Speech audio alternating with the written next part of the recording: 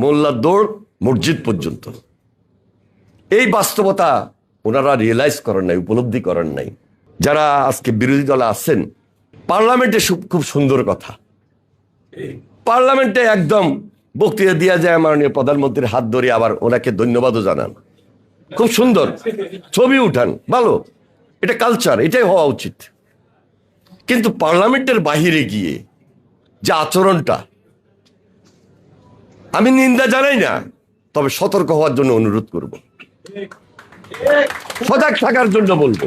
আজকে যারা এই যে দ্বিধা বিভক্তি প্রশ্নে খুব বেশি সোচ্চার, তাদের অতীত ভূমিকা তো আসলে খুব প্রশংসনীয় না। স্বাধীনতার সময়ের কথা বাদে দিলাম, এটা সবাই জানি, সবাই জানেন। ৮৬ সাল, ৯৬ সাল, ৯১ সালের পরবর্তী ধারাবাহিকতা, এগুলো তো আমরা ভুলে যাই নাই। তারা বাহ্যিকভাবে অনেকের থেকে এমনভাবে অভয় পেয়েছিল, সহযোগিতা পেয়েছিল, এবং ৫ তারিখের পর এমন এমন সহযোগিতা পেয়েছিল, ক্ষমতা আসার মতো একটা সম্ভাবনা তাদের থেকে তৈরি হয়েছিল। কিন্তু বাস্তবিক পক্ষে দিল্লি বহুদূর।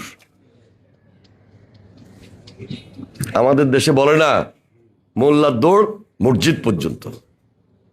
এই বাস্তবতা ওনারা রিয়েলাইজ করেন নাই, উপলব্ধি করেন নাই, যে আমরা কি সত্যিকার দেশের পক্ষে স্বাধীনতার সময় অবস্থান নিয়েছিলাম কিনা, এবং এর পরের ধারাবাহিকতায় আমাদের রাজনীতিক যে